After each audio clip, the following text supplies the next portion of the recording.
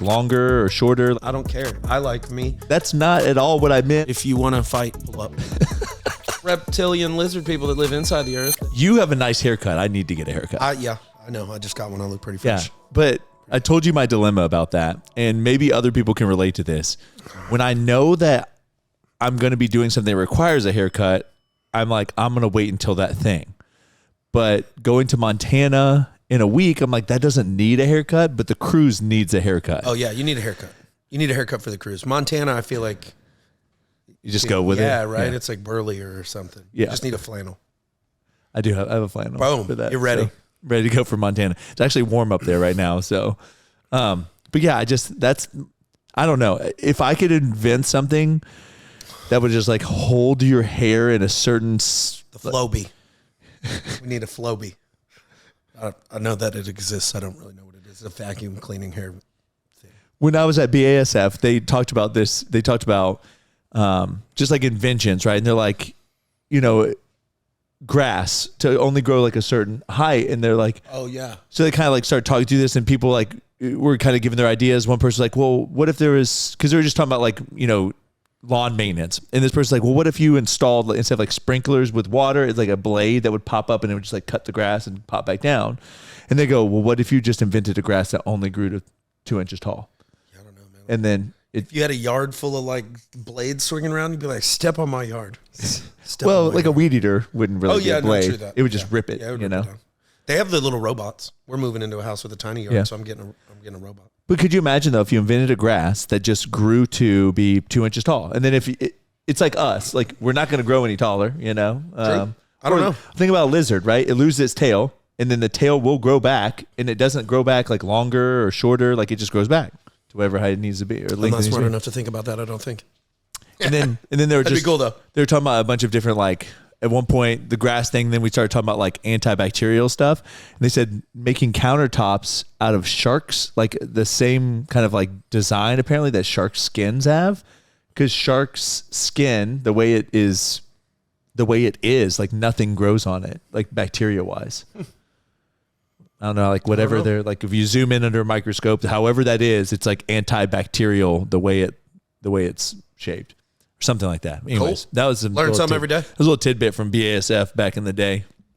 But Adam and I both are in our colorful shirts. That's right. I guess I could say this is sponsored by Chubbies, because I do have a Chubbies code. So 20% off your first order. I don't know what the code is, but it's in my bio on Instagram. Description in the video somewhere. Yeah, there you go. However we do that. I love Chubbies is the polos. I love it, man. It's great. It's breathable. I sweat a lot. You work out, I work out. So finding something that fits right and doesn't stretches like so much. Yeah, and isn't like super tight. I don't know. And fun designs. Yeah, they have super fun designs. So that's honestly what I like. But we both went to church this morning. That's why we're wearing this right here. Try to look professional. Yeah. But anyways, I don't really know where we're going to go with this. Adam and I decided that we really just want to sit down, kind of talk, and then we know it would probably lead into other business discussions and things like that. The podcast is a little bit of a therapy for us, just to kind of talk and kind of get some of our ideas out of our mind into somewhere that we can go back and look at things. But also we want it to be beneficial to other people. When they listen to it, they're like, I can relate, or I find that useful. Yeah. Well, yeah. I mean, just kind of to touch on what he said, we go through a lot of stuff, a lot of struggles, a lot of successes, obviously Brad, you've got more social media kind of training, if you will, or whatever experience. So it's easy to go out there and just be like, yay, everything's easy. It's a success. Look at my new car, look at whatever. But that don't always happen that way. And it damn sure never happens that easy. So just, it's tough. I know Brad and I know several other business owners, but I know a lot of folks who don't. And shit, man, even just as a dad and a husband and a man and stuff, I don't know, figure shooting the shit about whatever. I don't know. Y'all may like some of it. You may not. If it resonates with you, cool. I think I'm in that, when you talk about social media, I'm kind of like in that era now of, not that I wasn't authentic before, but I'm allowing my personality to show a little bit more than I did in the beginning, because I was worried in the beginning about what if someone didn't like me, for or sure. couldn't. It wasn't even about like me. It's just like didn't want to like tolerate my other antics. And I cared so much about providing value to people that I made sure that the vessel that was providing the value was just as plain Jane as possible so that I could get as much value to people. But because of that, I feel like there's a lot of people that, you know, talk shit about me on the internet, but just they don't even really know the real me. They just know they didn't like that vessel I chose. Yep. And I was trying to choose the least, I guess, abrasive vessel. Yeah. But now I'm to the point where like, there's plenty of other people on the internet. If you want to follow, go follow that person. I really am truly here to help you, motivate you, provide some kind of enjoyment to your life. And if you don't find those things with me, then go somewhere else. Yeah, I mean, I'll take that and run with it, man. I a long time I couldn't show people the real me. I never lied. I never cheated. I wasn't fake by any means. But I kind of had walls up to where, and it, you know, all kinds of issues, mommy, daddy issues growing up, all kinds of stuff. We'll probably talk about that further. But, you know, it's just, I was not comfortable putting the real me out there because when, whatever, somebody didn't like me or left me or whatever, they weren't leaving me, you know, they were leaving that idea of me. Well, now as I've gotten older, man, and I've got a family, I've got some kids who love me. I got some, you know, great people in my life. Excuse my language. Fuck everybody else. If you don't like me, I don't care. I like me. I'm starting to like me, if you will.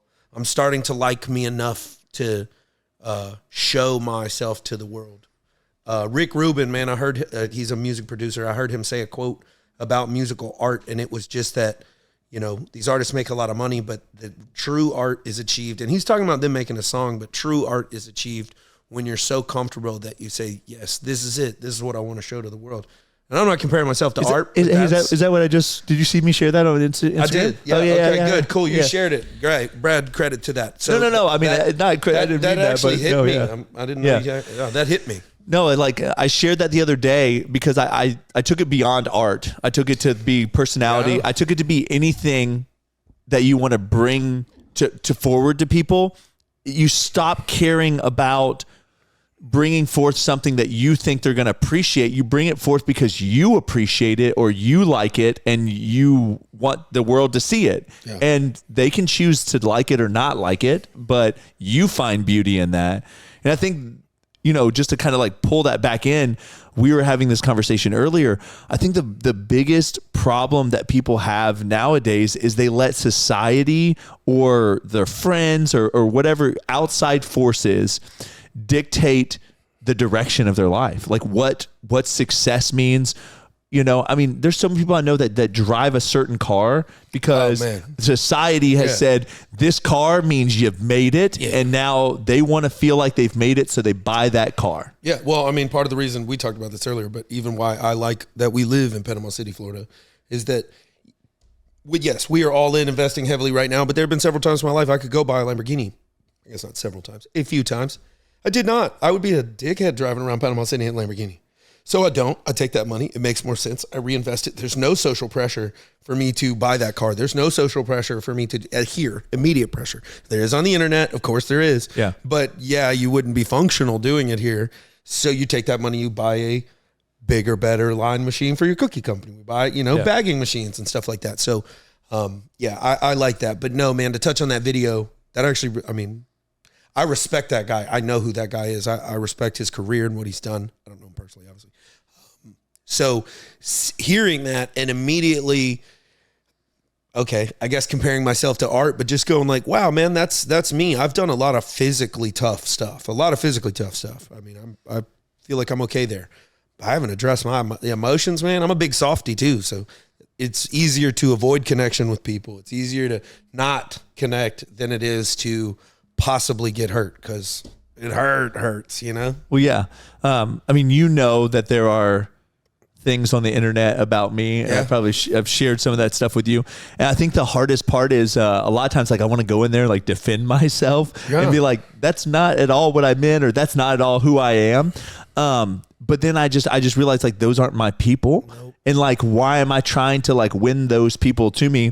And someone brought this up. It's a really great point, but the bigger your influence becomes, the more people you're going to have hate you too. Yeah. Just like no one's going to be unanimously loved by people. I mean, you can literally, whether you believe in Jesus or not, but like you could take like literally the perfect human being, which was Jesus. And there's people, I mean, he was crucified, he was murdered. People didn't like him. I mean, I'm sure you could go the same thing with like Gandhi and Buddha. There are people that don't like them. There are people that don't like Mother Teresa. I know you may be harder to find, but there are people that don't like them. Yeah. Well, again, another quote that's not mine, and I'm going to paraphrase it and probably butcher it, but it was said that to be a, life-changing and inspiring figure to some, you're going to be a laughingstock to others. I can relate to that. I've been involved with several businesses. They've kind of been all over the map. And every single one was, even starting with a gym. What do you know about the gym business? Well, nothing. I'm going to figure it out. Yeah.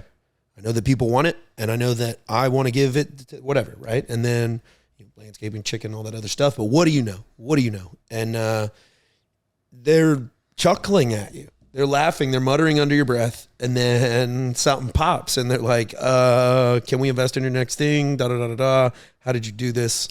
I thought you just owned a gym. Well, I did then.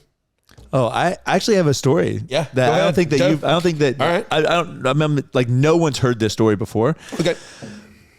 When Aubrey and I went to quit our corporate jobs and leave, there was obviously people that thought we were crazy and dumb about it. And I had some people at BASF that kept tabs on me, but not in a way to cheer me on and encourage me. Yeah. Like kept tabs in order to like talk crap about I know. us. I heard about. Yeah, you did tell me about this guy. Oh, yeah. So this one guy, gentleman, he literally like texted me to talk crap about, where we were in life, I guess, or I guess his perceived vision of where we were in life. And then he would go onto our social media, like our YouTube channels. I mean, and this guy's older than me. So there's someone in their 40s, and is saying like, just like, essentially just talking shit about us like leaving our jobs and all this stuff. And I think that the bigger your dreams and vision become, the more you're going to have people that talk crap about your dreams and vision. And I think a lot of that comes from a place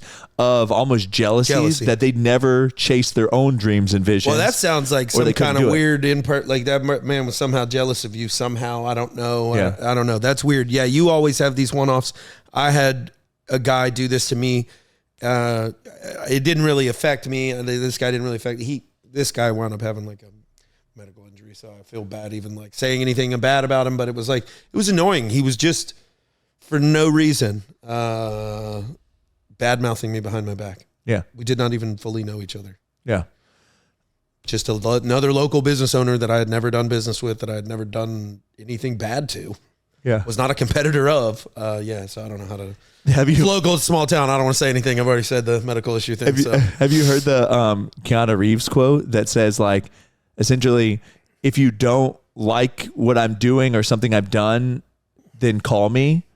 And if you don't have my phone number, then you don't know me well enough to have an input on what I'm doing. Essentially. Yeah, man. Well, kind of talking about you even saying, people saying bad stuff online. I've got a personal friend, local business owner here, that made a call. I don't know anything about it. It's literally not my business. It's his business. He made the call, but a lot of people here are unhappy about it. Oh yeah. Well, okay, I understand, but the personal things that these people are saying, they just get so vile. Make me want to go like find these people and, make it personal back. Like, look, I understand you don't like the decision you made as a business.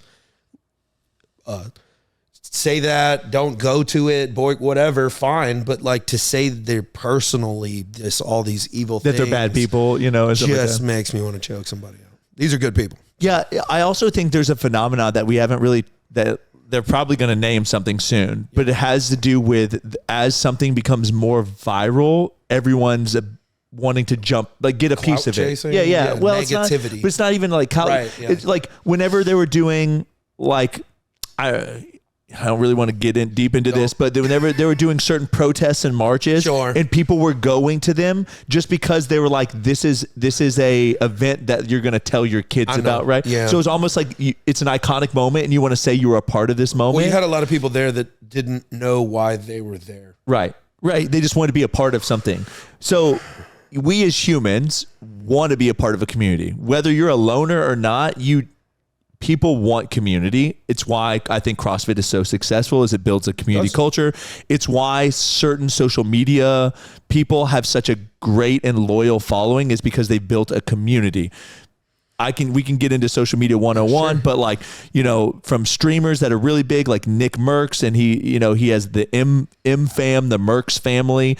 There's people that call their following something, their tribe, like whatever name they want to give it, but like, that's how it happens. Mentorship groups, they literally call their groups things, their groups are named. And the reason for that is to build that community aspect. Well, because of that, I feel like people just want to, when they see a community developing, even if it's not for a good reason, they want to like get in it. They want to be a part of something. Yes. And it's this weird phenomenon where I feel like over half the people that are in this community now got into it just because they saw the momentum going, and then they don't actually care. Well, people want to belong to something. Sometimes it's anything. And, people are all angsty right now. So sometimes just having something to be angry at feels good, even if they don't know why. I know on the movement side, one of the biggest ways to lose your movement is for the people that are supporting you to not know what they're supporting. Because they're going to show up when it's popular. And then when it's not, they're not. It's because the message is lost. A lot of these movements have very important messages if they would be boiled down simpler and everybody could understand them, but people start running away with them. And of course, that's any side of any aisle of any politics. That's how you can lose it. Well, it's not, that's all things in life, things. Right? Like, why do you go to the gym? If you don't have a why to go to the gym, when it gets hard, you stop going. Again, whatever the guys I know, Jordan Peterson's quote of, he just gives all his lectures at 8 a.m. Because the protesters don't wake up to boycott him. They don't wake up that early is quite funny.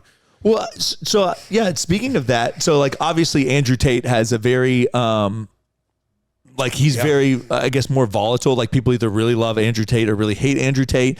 But I've seen the same animosity towards Jordan Peterson as Andrew Tate, and I really don't understand that one. I don't either, man. Look, the Tates have to do what they say to get popular, to get eyes on them, but most of everything, I do think their delivery method is not the greatest. It's shocking. It's shocking. It makes you want to look and see what they're going to say next. Well, they're great for social media, but I think they say a lot of things that a lot of young men need to hear about. You need to get your ass up and work harder than you're doing right now. Oh, yeah. I mean, I think there's a lot of stuff they say wrong, but even then, I think they might be saying it or the wrong way. And not necessarily the wrong message. Yeah. But look, believe what you believe, whatever makes you happy. I'm not here to step on anybody's toes, but I believe that as a man, I've got a job to do, and that has certain job duties, and my responsibility, whether I like them currently or not. I've got my friends to help me get shit done when I need to, pick me back up when I fall, but man, they normally are like, yo, work harder, make money, take care of your people. At least what I'm hearing. I don't look for the negative, though. Right. I guess I just haven't found a lot of the controversial stuff because in general, the same consensus I hear. Obviously, how they made their money. I don't know whether they took advantage of people. I don't know. I'll tell you this. A lot of people that have a lot of money in the United States and across the world took advantage of a lot of people to get to where they're at. Well, I just mean on their message. Yeah. I'm not looking for the negative, nor am I really watching a ton of it because a lot of what I caught on, it's like, yep, work harder. Make money. I don't have time to sit around and watch a ton of this stuff, Oh yeah. Well, yeah, that's another quote goes in there that usually, well, it's not usually, it's like anyone that's talking bad about you is doing worse than you because people that are. No one hates down. Yeah. No one hates on people beneath them. Yeah. Ever. Yeah. They're like, who? Yeah. I'm sorry. Who is that? I've never heard of that person. Well, yeah. I mean, that's another thing too, is I don't have time to mull over someone else doing something over here. Oh man, I've met some super famous people, been in their house. They don't know me, not really. They might be like, I think maybe I remember your face. Yeah. Maybe, but they're not hating on me. And if, man, I've been fortunate enough to meet and have a network of people that are doing better than I'm doing. Anytime I tell them what I'm doing, it's, oh man, that's awesome. Anything I can do to help, let me know. You tell that to somebody that is not there and it's like, oh, must be nice. It's like, what must be nice? I'm flat broke. I've invested all my money. I got no time. Yeah. Got to go home. Me and my wife were stressed out because of money, because of family, because, you know, then now we're at each other and da-da-da. And, you know, then the parent guilt kicks in because you're like, oh, I should be taking my kids on the vacation. But then you're like, well, the money isn't everything. But then as a man, it comes back and you're like, but I'm supposed to have them. Y'all get it? That's what we're here to talk about. Yeah. So that actually brings, you know, a really great point. Aubrey and I, you know, read those marriage books, like 4 Men Only and 4 Women Only. And I actually read the 4 Women Only and the 4 Men Only because we thought it'd be fun to inside info. Well, we thought it'd be fun to swap the books, highlight stuff that we felt was like extra applicable to us, because some of the stuff wasn't as applicable, because one of them talks about like work stresses of like trying to impress your boss. It's not applicable to me. I don't really have a boss that I'm trying to impress. Like there's no one, there's no boss that's going to tell me. Well, one of them was like, think about how stressed you'd be if your boss told you on a Friday, hey, we need to talk Monday. In the whole weekend, you'd be stressed out. I'm like, well, I don't really have to carry that as much. So, but I do agree there was still. No, you're going, should I stop working this Friday night to try to pretend to have, or do I keep working all weekend? Right. But that's another chapter too, though. Right. But, go ahead. But, you know, from that book, I just learned so much about that. I don't know if it's like a dichotomy, the yin and yang of the men's deep desire to provide, and then the women's desire for that provision, but more importantly, the desire to have you available and home. And it becomes this like tug of war battle where you are really trying to balance this providing a life that you want to provide for your family, but also being present. And it really is this kind of scale. Have you read about the paleo mindset behind that or whatever? Okay. So men, whatever, this is the Paleolithic mindset. Read on it yourselves. I'm not a doctor of science, whatever. But anyways, so what they say is that men constantly have this like urge, because we, for a while, would have to go out and hunt. And it would take a while. So we'd be very busy and we would be very specifically focused on a very specific task. Laser-like focus, effectively the kill. Once that occurred, there was a moment of kind of like, for a minute. And we, you know, of course, and then from that time, you know, women would have to take what they had and make it last, knowing that their man may not come home and there may not be a hunt to return at all.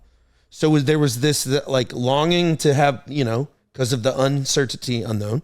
And then while men are home after a point, because I know this has always resonated well for me. I like to work particularly hard. I mean, like oddly hard. I fixate on things, but then I do like to take a deep breath and breathe for a minute.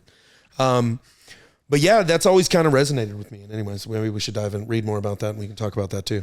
Do you feel like, so the point that I'm at with like Fat and Weird, I feel like I've worked particularly hard for a really long time. So I would like a particularly longer break, you know, like, I don't know. Does that count? Like, do you get to like say, listen, I haven't taken a break in years, so I'm going to need like a 2 months off when we finally can get to that point. I think what it is, well, sort of, but I think what it'll actually be is during that time, you're going to, we're going to identify the thing or things that have felt like the most work, right? Been the most draining. And the second that money comes in, that's what we're getting off our plate. Yeah. You know what I mean? That's what we're doing. And then that is for at least a little bit, you know?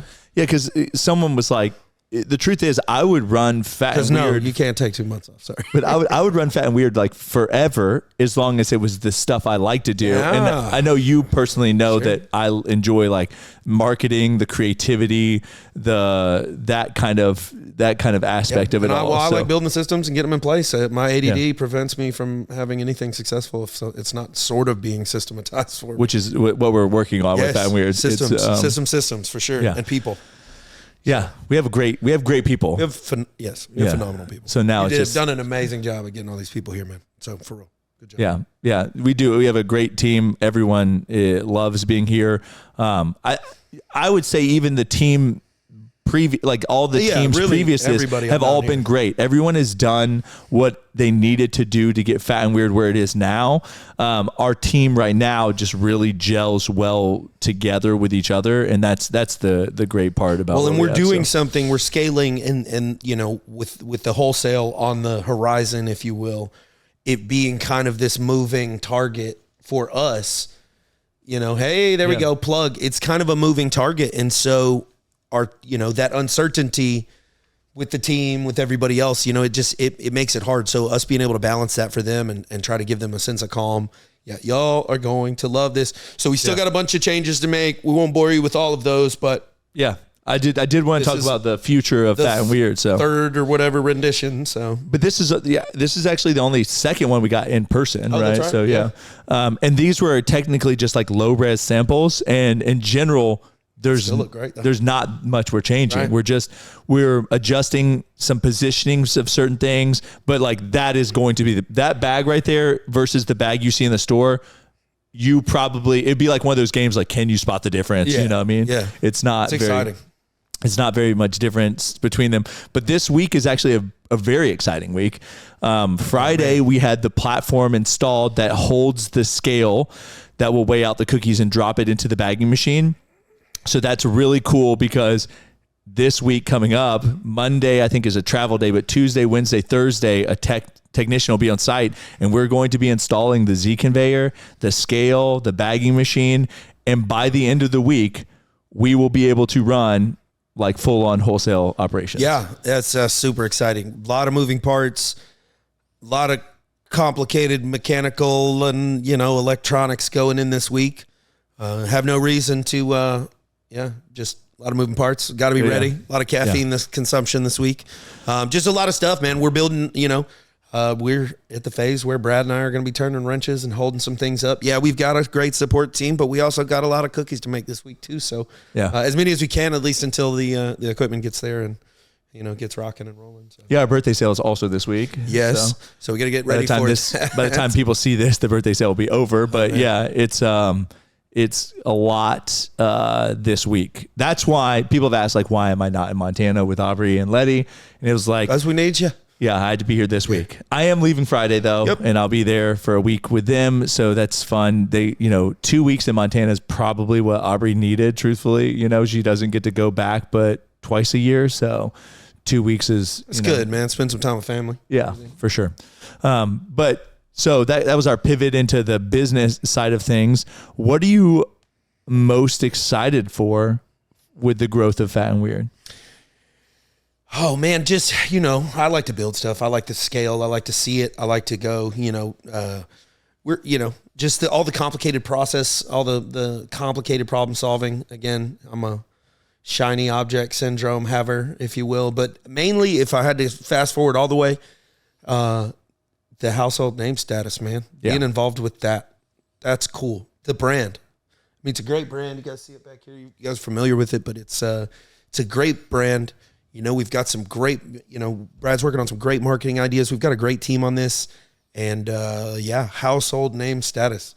Yeah. That is a really, when we started Fat and Weird, it was literally, I thought was going to be a side thing. Yeah, I thought that once a week, me, my aunt, my Aubrey, a couple friends would probably bake some cookies and we'd ship them. And it was going to be just kind of like this side gig to make like good money, a couple extra $1,000, type thing, you know? And then obviously you guys resonated really well with the cookie world and it really blew up. And I think, beyond that, just to show how much people love it is the copying that's occurred. And I don't mean that in like a negative copying away. Like obviously when you are a pioneer in a market, like Ben and Jerry's probably doesn't look at Jenny's ice cream and they're like, oh, I can't believe you're copying me. It just, you actually proved that a market segment exists. Here we go. Yeah, no, you're dead right. We're going in the frozen section. There's no, well, I don't see a competitor for us right now. I don't know of a competitor of us anyways, man. Our cookies are the best cookies in the world, so. Well, a lot of people bring up competitors to us, but they'll talk about like Crumble. Man, sorry. And it's just, we're different, completely different. Well, it's different too. It's like, Crumble. Look, if you want to mince, I don't know.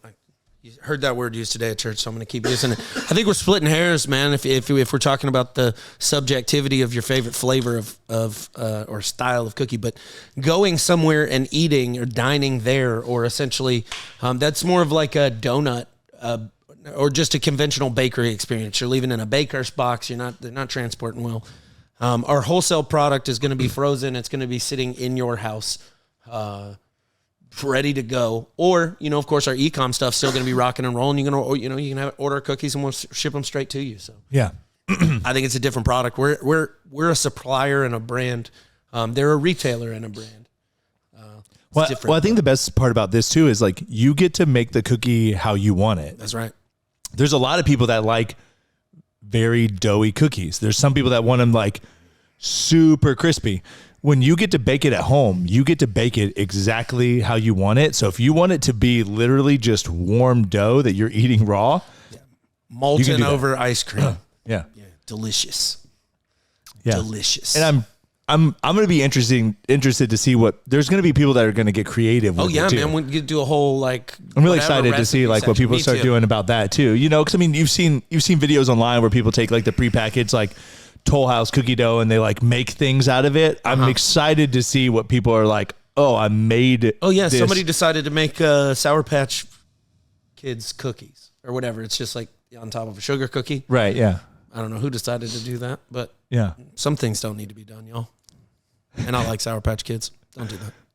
But yeah, I think it's a really cool. We'll do it for you. That. Okay, if the world needs a Sour Patch cookie, we'll do it. Okay, and we'll do it right. So, I mean, maybe this is information we shouldn't share, but when we spoke to Mondelez, they told us that they would give us the supplier that does their ice cream mix-ins. We can always bleep it out. Yeah, so we could technically get the Sour Patch Kids. I forgot what they called them. Started with a V. Was it Ver? I don't remember. They called it some the industry term for it. But essentially, it's like that swirl in Sour Patch. Sour Patch ice cream isn't actually Sour Patch Kids. It's made something to be very close in flavor profile, and they've approved it. So we could get that same stuff and put it inside of a cookie, which would be interesting. That would be interesting. Maybe we should revisit that while we're thinking about it. But yeah. All right. I don't know how long we've been recording. I should have started a timer. Oh yeah, here we go. 32 minutes. I was looking on your screen without trying to make it too obvious. No, yeah. 32 minutes. Yeah. So you want to wrap it up, or you think? I don't know. I'm down. I can always run my mouth. I don't know what we talk about. Like pick something out of the news. No, I feel what's up with the UFOs, dude? Okay, well, we'll stay on this because I'm very interested in this. Me too. Also, I'm very interested in the news from a standpoint of sometimes I feel like these things go on at the same time as other big news stories in order to look over here, y'all. Yeah, I do too. I 100% believe that. And if you don't believe that, I don't know what to tell you. But that is an intelligence. The same time that we're doing the UFO stuff is also getting into the Biden laptop situation and like things like that. But back to the UFOs.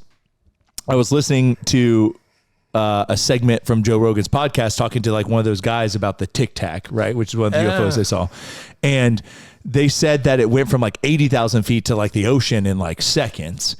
And they said that the radar that caught it only can operate up to 80,000 feet. So it caught it as it's on its descent. So we don't know how far it was falling from outside the atmosphere, right? Also outside the firmament. Are we on a flat Earth? Like we can get into that crazy discussion later. Not that I like believe in conspiracy theories. I just think it's like so wild. I love conspiracy theories. I don't know what I believe, but I just love them. I don't know. Like it's not. Look, I learned that the Earth was round. I got business to take care of. I got a family to raise. If I find out the Earth is square or flat or a different shape, I'm going to get back up tomorrow and keep going to work and keep growing fat. I mean, it just, that part wouldn't matter to me, but I love it that people like, because I'm like, oh yeah, wow. Well, I guess before we get into UFOs, because we jumped onto the flat Earth stuff. Completely. Tell me, so Antarctica. Okay. What was that machine? Neutrino detection array. Okay, so this guy, what? Oh no, I need to rewatch the video before I go on camera. I don't know. Neutrino detection array, Antarctica. Yeah. Whistleblower. Yeah. That's another thing too. All these whistleblowers. Like all these whistleblowers, right? And when you're a whistleblower, you're a credible source at that point. You are a target, regardless. Yeah. I mean, Man, if I feel like if you are a whistleblower, you don't know anything, you're bound to get close enough to something some government doesn't want you to know about, right? Right. Yeah. So like you can't. I mean, everybody kind of like disappears. Or Yeah. deletes somehow. So back to the UFO thing. So supposedly they found non-human biological remains. Yeah, biologics. They would not use the word alien or whatever. They were like, which just tells me they've either been trained way too hard, like this is just casual for them. Yeah. But you can't say alien. You can Can't say non-human biologics. Yeah, it's like, man, okay, cool. Anyways, found a space worm. Go ahead. Yeah. So just What was it? Yeah, there's so much on this, and then at what point do you just tell the government like, why is this classified? Yeah. Like, why is this classified? Like, why can't you just be like, yep, this is what happened? And because you realize the pandemonium that will occur if, whatever comes out. I don't even know what to believe at this point. I also feel like this is from weird. 1930. Yeah. That was when their program was like something was started. It's like 90 years ago. Yeah, that's nuts. That's like global, whatever. The world would go crazy. Yeah. But that's what I'm saying. If it comes out that they've been lying about aliens for the last 90 years, doesn't that just kind of ruin your credibility about everything? Yeah, I don't. Because you and I both see. I go back and forth. It's like that data wouldn't really change anyone's life. Yes, it would cause pandemonium because people would freak out. Yeah. Be, I don't know, upset that they didn't know more. But it's like it's a much larger version of finding out Santa Claus isn't real or something. Like your bills don't go away. Yeah. Unless I'm going to get to use some of that alien technology to feed my family. Yeah, but now aren't you saying like, oh, so 9/11 was about weapons of mass destruction? Bro, I don't believe anything anybody that does not love me tells me, okay? The news is not my family. They do not care about me. They want me to watch their show. Yeah. Actually, such a valid point that I don't think people realize is that when it comes to social media, the news is just a social media. Yeah, they're just social media now. Watch me. And they have to clickbait. They have to shock and awe. And we all know, and they have to be very adamant. That's why they put certain personalities on the show, is because me being like, hey, bananas are pretty good. You're like, yeah, they are. If I was like, bananas are the best fruit in the world, and you're like, no, mangoes are way better. And I'm like, nope, bananas. But today you can be like, bananas are good. And people are like, whoa, buddy. Yeah. What about mangoes? Okay. I didn't hear you say anything about mangoes. I didn't think I had to. I thought I could say bananas were good. You can't. Okay. You're canceled.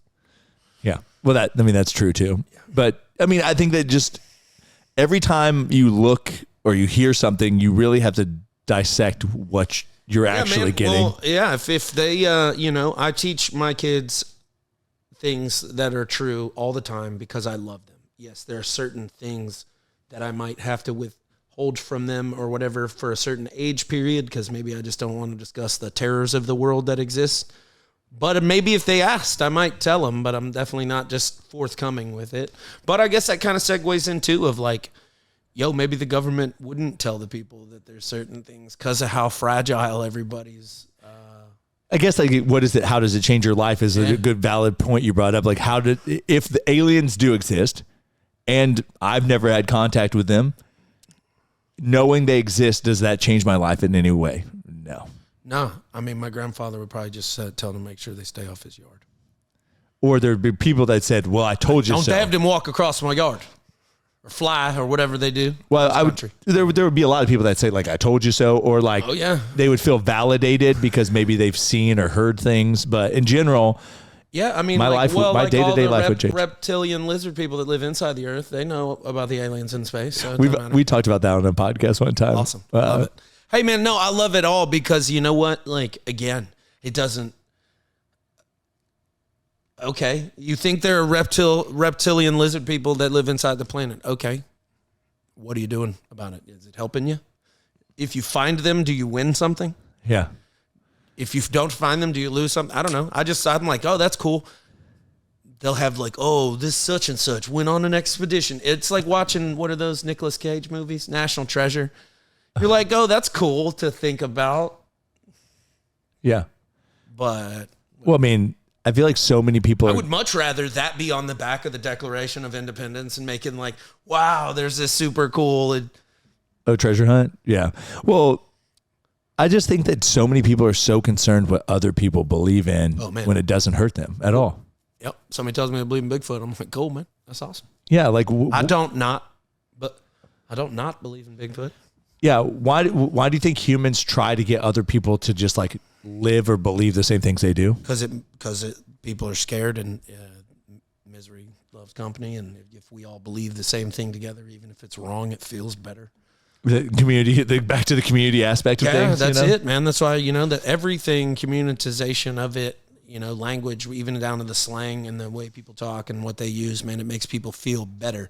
But it's also why you have, why groups can become dangerous, because it's so easy for a person who really doesn't, stick to their own logic and use their own brain to walk in and go, well, all those people believe it.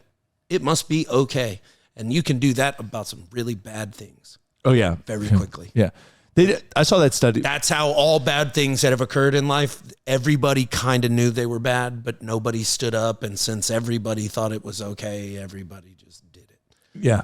All kinds of bad shit in history. We don't have to get into the specifics, but that's how it happens. That's how it always happens. Nobody shows up usually to do that terrible thing. It's just... Yeah, small steps.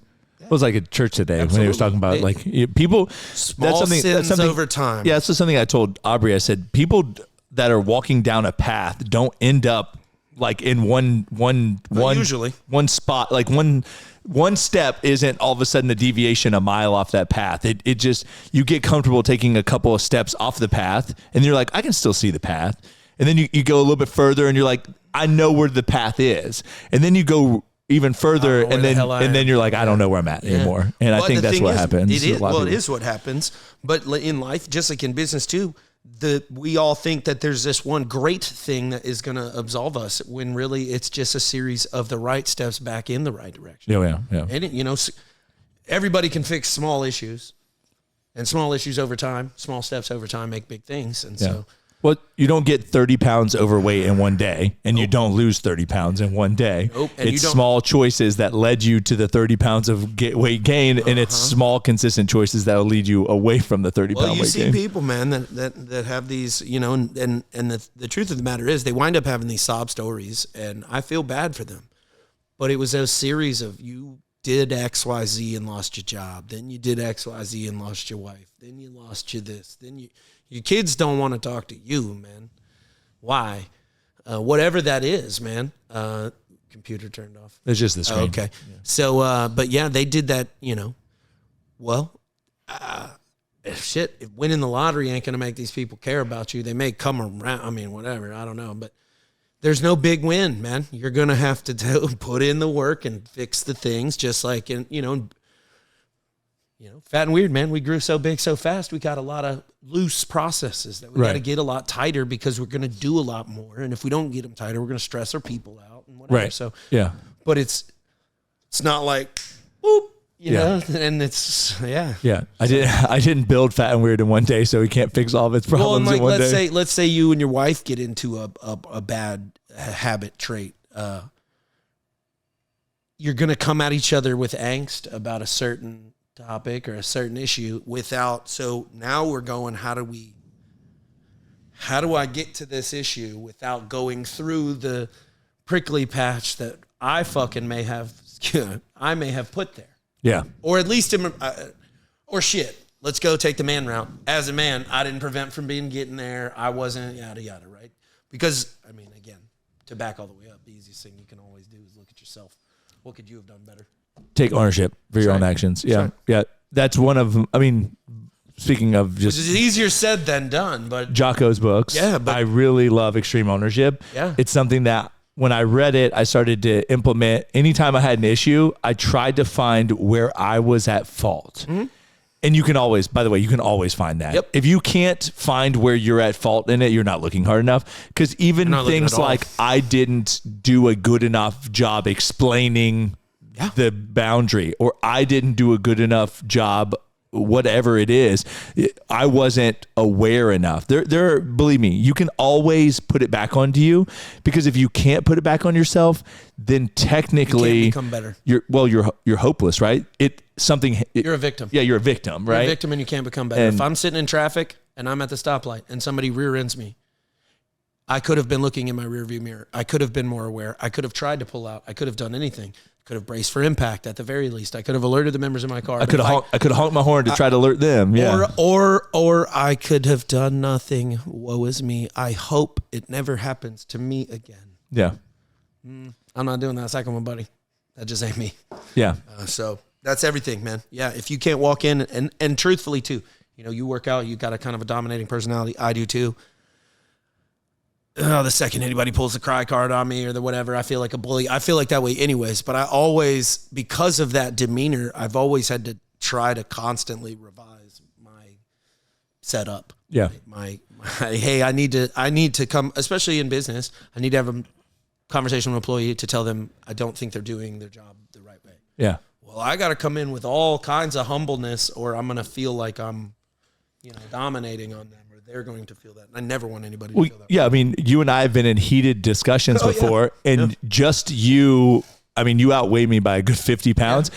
You can intimidate even me. Yeah, well, I don't mean to. That's why I walk off. No, it's not. Yeah, but you're not trying to do it. I'm not. It's just like a grizzly bear is intimidating just on sheer size. Yeah, well, you get it though too, because Well, yeah, I mean, this is kind of even egotistical, but it's like, yes, I work out a ton. Yes, I am physically capable, but I'm a smart person. Not that I want people to be whatever, but it's like my brain is more. You're not going to Hulk smash just because. Yeah. Well, like, I don't know. Not that I want anybody. If I wanted, I don't know. If somebody thought I was going to get revenge on them, they had better be a hell of a lot more worried about what I'm going to cleverly do, than what I do physically. Yeah, I'm not going to come beat you. I'm going to get you some other way. Well, I just can, so why would I? Well, so speaking now of some of the stuff we've talked about before, both of us being very dominant male type personalities, I can already see the things people are going to say on the internet about this podcast. Oh, yeah. So that we're just misogynistic, chauvinistic, which is pretty funny, right? Because like I have a daughter, you have two, whom I like love, adore, and would never want them to be treated differently than. I was raised by a single mother. I think women make the world go round. I do not think that men are better or worse. I think most of the time women I got nothing but great things to say, but I do think we're very different, and I do think I have a role to fill. And my wife's role is invaluable to me because I do not have the emotional breadth to take care of my children as consistently as they need. Possibly, I don't want to say it's a bad. I'm home all the time with my kids. I love my kids. I'm with them every single day as much as I can. You don't have like the nurturing. I don't side. have it enough. And I think they would be incomplete without her. I think they'd be more complete the way we are now, Well, I think that's why that, you and I both believe that having both parents is crucial to a child's development, because it's almost like yin and yang. Like you need both sides of the coin to have, to have like a fulfilled and I guess complete childhood, and I'm not saying that you can't necessarily get that from like a woman-woman relationship. Man, there's or a ton of women. man-man. There's a ton of women smarter than me that I would trust to do all kinds of things. I got no problem with it. We got, Lacey. I think she's smart as hell. Oh yeah, for us, she can hold her. She can hold her own against anybody. Yeah, so I don't care about any of that. But other than that, say what you want about me. I don't give a shit. Yeah, I love everybody, man. Or I love my people. Let me put it that way. Yeah. So if you're one of my people, I love you. If you want to fight, pull up. basically. We ready? Well, yeah, I think it's kind of this whole Man, idea. look, I got a Rainbow Rooster shirt on, bro. Yeah. I love everybody. Well, I've kind of said this before. It's just like I want everyone to be in my circle that wants to be in my circle. I want my friends to win. I want the people I care about to win. But the moment you position yourself as an antagonist or a adversary to me, then I'm not really interested in being a part of whatever you're doing. So I ain't got time for your negativity. And the quickest way, I'm pretty much I'll take the punches, man. I don't really care. Normally I don't have time for it. I'd rather go hang out with my friends, like whatever you got. But man, you mess with somebody I care about, or you mess with something I love, and my companies fall into that thing, man. You get my dander up real fast. So yeah. But no, I think that it's important that you set those boundaries and those rules and those things, because if you have people that are like draining from you, then it's going to it's just not going to make you, you're never going to be able to fulfill those other people around you if you're just constantly being drained out. I'm not even sure how we got to that, but that's a huge piece. I've had a few folks around me, and man, I don't have anything negative to say about them per se, other than I did not know until the relationship ended, and this wasn't like a significant other. This was a friend, coworker, right? Yeah, I guess one of an employee situation where I did not know how much I was being drained for emotionally. Yeah, that was like a lift of just constantly like, it's so hard to do this task. And I've shared that with you before too. I'm just like, oh man, I must be really right. I'm da-da-da-da-da-da. And then that ends. And then unfortunately in this situation, this was where I picked up the slack, and I didn't really feel like I was doing much more except for, I don't know, man. Yeah. So I picked up the slack, picked up the coverage. I don't want to say anything ill. I know they'll see it, but it was emotionally draining. And I think it was truthfully just because I developed this relationship where it was my friend. We were very close. We did work together.